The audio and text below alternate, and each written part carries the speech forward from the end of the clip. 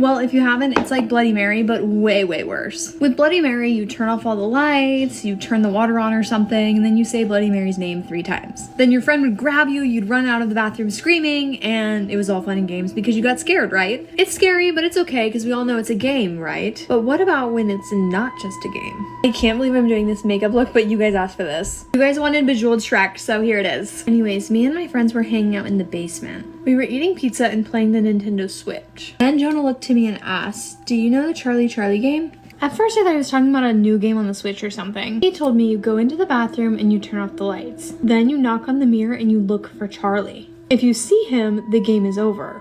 If you don't see him, then it's time to go to step 2. The second part of the game was too hard to explain, so we decided he was just going to show us. He took a piece of paper and he wrote yes and no on it in 4 corners, like this. Then he put 2 pencils crossing each other on the paper and started chanting, "Charlie, Charlie, can you hear me?" He turns the light off and at this point I'm starting to get scared. I whispered to my friend Christina that I was scared. She leaned over and assured me that it's just a game. We were whispering, but somehow Jonah heard me. Jonah looks up at us and he goes, "It's not just a game."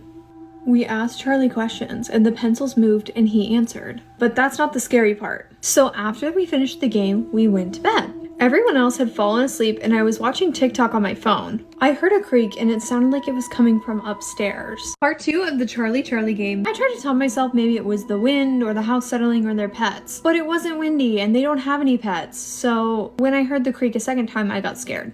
I tried to wake Christina, but she was out. That's when I noticed that Jonah wasn't laying next to us. I'm debating whether or not to get up when I start hearing whispering. And then it hits me, he's playing that freaking game again. That's when I had an idea. I was gonna scare him. So I sneaked closer to the bathroom and sure enough, the whispers are getting louder. I could hear his chanting, "Charlie, Charlie, can you hear me? Charlie, Charlie, show your face." When I got up to the door, it was closed.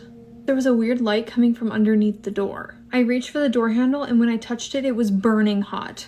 I kept reminding myself that it was just a game. I knew when I opened that door, I was gonna see Charlie. I just went for it. I opened the door. First thing to hit me was the smell.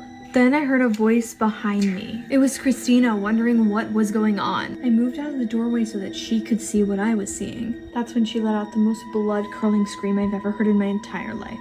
To this day, I can still hear it. And then the lights went out. Christina didn't know it at the time, but this moment was about to change our lives forever. When we looked back in the room, Jonah was gone. The scream woke up the parents. We tried to tell them what had happened, but they didn't believe us. They sent everyone home before I could ask Christina what she saw. I was going to ask her Monday at school, but she never showed up on Monday. She actually never showed up again at all.